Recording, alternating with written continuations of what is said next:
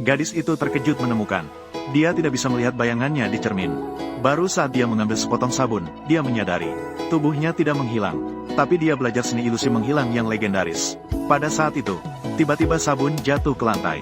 CEO yang sedang mandi mendengarnya. Dia segera keluar untuk memeriksa. Hasilnya membuatnya melihat adegan yang tak terlupakan seumur hidup.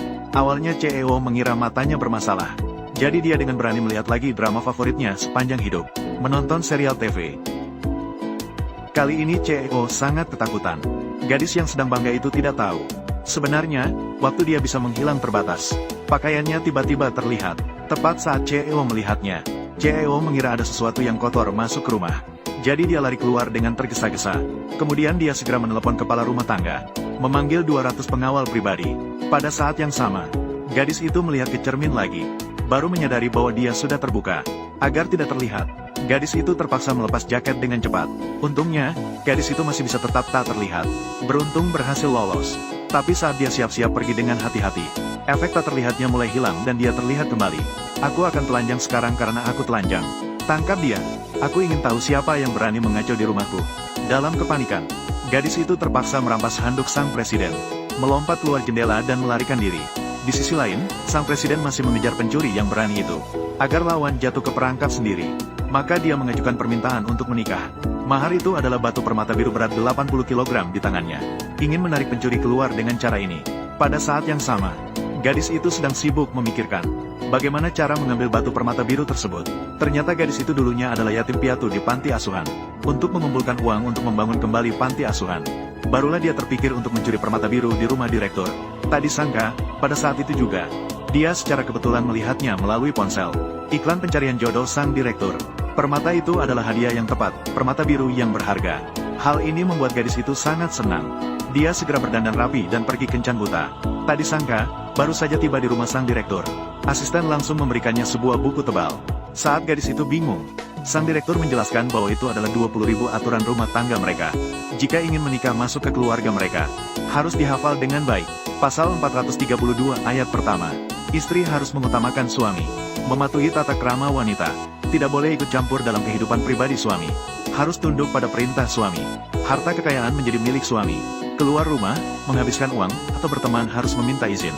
Pasal 572 ayat ke-6, istri harus secara teratur melaporkan informasi kontak lawan jenis dalam perangkat komunikasi kepada suaminya.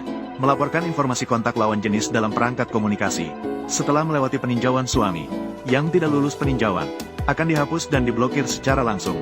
Pasal 600 ayat pertama, istri harus memutuskan hubungan dengan semua hubungan dengan keluarga asal. Orang tuanya dikirim ke panti jompo. Saudara-saudaranya dihadiahi dan diusir. Mengabaikan semua hubungan keluarga jauh. CEO mengira dia akan sama seperti orang lain. Menyadari keterbatasan diri, langsung pergi dengan tegas. Tapi tak pernah terbayangkan, gadis itu dengan senang hati menyetujuinya. Apapun yang dikatakan suami adalah keputusan. CEO langsung merasa curiga saat melihat situasi. Lupa apakah gadis itu datang ke rumahnya semalam. Mengunjungi rumahnya. Dia pikir hanya pencuri yang akan menerima syarat seketat ini untuk mencuri barang yang diinginkan. Hanya pencuri yang akan menerima syarat seketat ini. Melihat identitasnya hampir terbongkar. Gadis itu dengan cerdik menjelaskan kepada CEO bahwa dia hanya ingin menjadi istri presiden sekali. Kemudian berpura-pura kesal. Malu-malu mengungkapkan bahwa sebenarnya dia diam-diam menyukai presiden. Jika presiden tidak setuju, maka tidak perlu lagi berdiam di sini dengan berpura-pura. Namun, tiba-tiba presiden menariknya, mengatakan bahwa dia telah lulus ujian dengan sukses. Setelah itu, dia memberikan perjanjian pernikahan padanya. Tanpa dia sadari, ini adalah perangkap yang disusun dengan cermat oleh presiden. Jika gadis itu benar-benar pencuri, di hari-hari setelah pernikahan, pasti akan ada saat dia terbongkar. Namun, tepat saat gadis itu akan menandatangani perjanjian, anak perempuan pengasuh tiba-tiba masuk, ingin menghentikan gadis itu untuk menandatangani. Ternyata dia sangat mengagumi presiden, dan bermimpi untuk bisa menikah dengannya suatu hari nanti. Sekarang melihat gadis itu hampir merebut pria yang dia cintai. Ini membuat wanita itu sangat marah. Bersumpah untuk menggunakan segala cara yang mungkin. Semua gadis harus diatur. Ambil kembali presiden. Setelah bicara, berikan hukuman pada gadis. Hari ini tidak membawa hadiah apa-apa. Gelang ini, berikan sebagai hadiah pertemuan untuk kakak ipar. Kakak ipar tidak akan keberatan kan? Tentu saja tidak. Aku akan membawakannya untukmu. Berpura-pura jatuh di depanku. Peringkatmu belum cukup. Kamu terluka. Aku akan membawamu untuk diobati. Kak Chen, dia. Aku baik-baik saja. Ini hanya luka kecil. Aku sudah terbiasa. Lebih baik kamu lihat dulu Lin Jie. Dia hampir jatuh tadi. Pasti sangat ketakutan. Jangan pura-pura di sana. Saya melihatmu dengan sengaja. Darah di lengannya. Dia baru saja menabrak meja teh sendiri. Terluka. Kakanda Chen, lihatlah. Aku rasa dia ingin mendapatkan kepercayaanmu. Berencana jahat lagi. Ya, saya punya beberapa rencana untuk Ye Sao. Kak Chen, lihatlah. Dia bahkan mengaku sendiri. Aku akui, aku menikah dengan Ye Sao. Yang diinginkan adalah memiliki tempat untuk berteduh. Tempat yang melindungi dari angin dan hujan. Yang diinginkan adalah, tidak perlu lagi berkeliaran di taman. Mengembara ke sana kemari. Yang diinginkan adalah, tidak perlu lagi mengalami hari-hari yang diusir kemana-mana. Hari-hari diusir kemana-mana oleh orang lain. Baiklah, jangan bicara lagi. Kamu terluka, aku akan membawamu untuk diperban terlebih dahulu. Kak Chen, jangan pernah percaya padanya. Dia hanya berpura-pura. Nona Lin bilang aku sedang berakting. Aku memang berpura-pura. Tidak apa-apa, Tuan Ye. Seperti ini, hari-hari yang difitnah dan diubah-ubah. Aku sudah lama tinggal di panti asuhan. Karena Nyonya Lin tidak menyukai saya. Lalu aku akan pergi. Cepat, pegang aku. Kamu tidak perlu. Mulai sekarang ini adalah rumahmu. Kak Chen, dia sedang menggunakan mundur sebagai maju. Jangan pernah tertipu. Ruoru, aku akan meminta sopir untuk mengantarmu pulang. Huang Ibu, ambil kotak obat. Ya. Xiao Xing, kamu cantik sekali. Saya pasti akan membiarkan saudara Chen. Aku akan mengusirmu dari keluarga Ye. Wajah yang bisa membuat orang terpesona. Sayang, Nona Lin terus berkata, aku adalah pencuri permata. Tapi aku melihat ada banyak petugas keamanan malam ini. Bagaimana mungkin ada pencuri yang berani datang mencuri? Kadang-kadang memang, akan ada beberapa yang tidak takut mati. Misalnya kemarin, ketika berbicara tentang itu, kamu sama dengan pencuri semalam. Sedikit mirip. Dia menipu saya. Pasti menipu saya. Jika kamu benar-benar melihat penampilanku dengan jelas. Dia sudah lama melaporkan ke polisi. Hani, kamu benar-benar pandai bercanda. Aku hanya seorang wanita lemah yang bahkan tidak bisa membuka tutup botol. Bisakah kamu membantu saya membuka ini? Hani, pasti dia sedang menipu aku. Rumah kita dimasuki pencuri semalam. Bagaimana sebenarnya batu zamrud biru itu dapat membuat orang datang mencuri bahkan dengan mengorbankan nyawa? Nyonya sangat tertarik pada permata. Tidak mungkin dia menebak benar. Kamu adalah pencuri itu. Bagaimana mungkin? Aku hanya penasaran. Penasaran. Lebih baik kamu hanya penasaran. Jika aku menemukan kamu adalah pencuri, aku akan membiarkanmu mengambilnya. Biaya yang lebih besar daripada di penjara. Tidak mungkin. Aku sangat mencintai hidupku. Aku sama sekali tidak ingin membunuh diri karena sebuah permata. Jadi, istirahatlah dengan baik. Masih ada urusan. Bisakah kamu menemani aku? Patuhi perjanjian dengan baik. Jangan berhayal. Bukan milikmu. Kalau tidak, pergi sana. Pergi. Hal-hal yang mudah didapatkan. Yang bisa didapatkan dengan mudah. Aku belum ingin itu. Sudah mencari di seluruh bagian lain di villa ini. Hanya tinggal kamar ini. Permata itu disembunyikan di mana ya? Mungkin di sana. Begitu cepat. Kamu sedang apa? Kalau mati ya mati saja. Lebih baik daripada mencuri dan tertangkap. Suami, aku takut gelap. Bisakah kamu menemani aku? Kalau takut gelap, kenapa tidak menyalakan lampu? Takut gelap tapi berpakaian seperti ini. Aku tidak bisa tidur jika lampu dinyalakan. Sudahlah, aku tahu apa yang aku katakan. Kamu tidak akan percaya. Tidak apa-apa. Aku akan pergi saja. Bagaimanapun juga, asal bertahan sampai pagi tidak apa-apa. Tidak apa-apa, asal bertahan sampai pagi. Seperti yang kamu inginkan. Dia tidak akan menginginkan kecantikanku. Sifat binatangmu muncul, kan?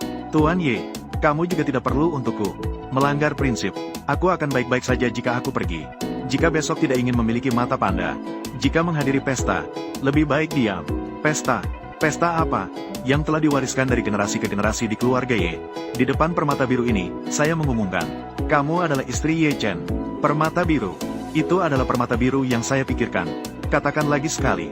Ibu Ye diganti. Sudah diberitahu sejak awal bahwa besok bisa melihat permata biru. Saya masih harus mencarinya dengan susah payah seperti ini.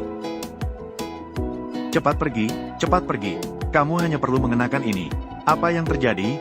Ini adalah barang yang saya beli dengan harga mahal. Saya nih, Ye, tentu saja harus mengenakan yang terbaik. Uang ibu. Silakan, ini adalah barang yang saya beli dengan harga 399. Melihatnya hari ini juga, dalam keadaan permata biru, saya tidak akan mempermasalahkannya denganmu. Tuan muda. Tuan muda. Saatnya berangkat, selamat jalan. Nona Lin, saya mendengar pesta malam ini. Ini adalah pesta yang diselenggarakan oleh Ye Chen khusus untuk istri baru. Anda tumbuh bersama Ye Chen sejak kecil, tahu tentang istri baru. Apakah dia putri dari keluarga mana? Ternyata bisa menikah dengan keluarga Ye. Apa itu Eugene? Hanya dari panti asuhan. Hanya seorang peri yang tumbuh besar. Saya tidak pernah tertarik pada wanita. Tidak tertarik. Saya hanya tertarik pada permata biru. Permata biru yang diwariskan dari generasi ke generasi. Lebih tertarik. Mereka yang memiliki permata biru.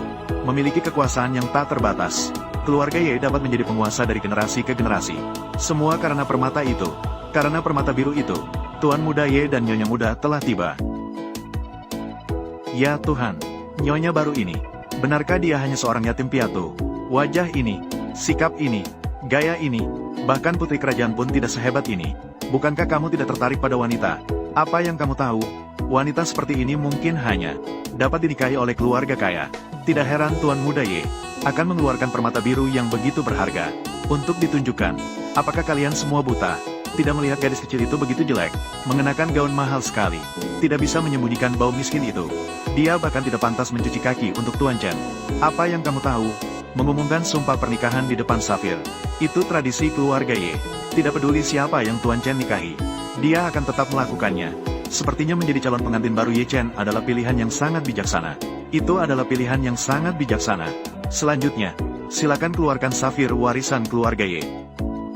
Benar. Inilah yang saya bicarakan kemarin. Safir yang tidak sempat dibawa pergi. Tradisi keluarga Ye. Pasangan baru dalam tradisi turun-temurun. Bersumpah di depan Safir. Bermakna saling. Seperti Safir yang unik. Mereka yang akan melahirkan dan membesarkan anak dan cucu. Seperti Safir yang diwariskan dari generasi ke generasi. Mohon sumpah dari pewaris keluarga Ye. Aku bersumpah. Saya Ye Chen. Aku hanya akan menikahi Yan Xiaoxing seumur hidupku. Anak-anakku juga hanya bisa lahir dari Nyonya. Jika melanggar sumpah, kehancuran keluarga Ye. Ye Chen, kamu sedang apa? Tradisi keluarga Ye si kita hanya boleh menikahi satu orang seumur hidup. Tidak ada perceraian. Hanya kematian pasangan. Mohon sumpah kepada istri baru Yesi. Aku tidak ingin memiliki anak dengan Ye Chen. Aku juga tidak ingin bangkrut. Bagaimana ini? Mohon sumpah kepada istri baru. Bagaimana? Aku tidak berani. Sekarang masih bisa menyesal. Seseorang datang. Bawa permata biru itu ke bawah. Tunggu sebentar. Siapa bilang aku tidak berani? Aku hanya berpikir, apa sumpah yang lebih tulus? Aku, Yan Xiaoxing, hanya akan menikah dengan Ye Chen seumur hidup. Jika melanggar sumpah, maka akan hidup terlantar di jalanan. Mati tanpa tubuh utuh. Bukankah hanya tidak menikah dan tidak memiliki anak? Aku bisa mencari model pria setiap hari. Upacara selesai. Ye Chen, kakak, permata biru terlalu berharga. Aku lebih baik mengirimnya ke brankas dulu. Terima kasih, Ruo. Tidak apa-apa. Permata biru ini begitu berharga. Berbahaya jika Miss Lin pergi sendirian. Aku akan menemani kamu pergi. Hari ini kamu adalah pengantin wanita. Tidak boleh pergi kemanapun. Jadi aku tidak akan memberikan perhiasan. Aku akan mencari sesuatu untuk dimakan. Bolehkah? Boleh, boleh. Jangan meninggalkan pandanganku. Minggu yang baik. Baiklah. Silakan. Kartu brankas. Pakaianku. Nona Lin. Maaf. Bersihkan untuk Anda. Biarkan saya membersihkannya untukmu. Yan Xiaoxing.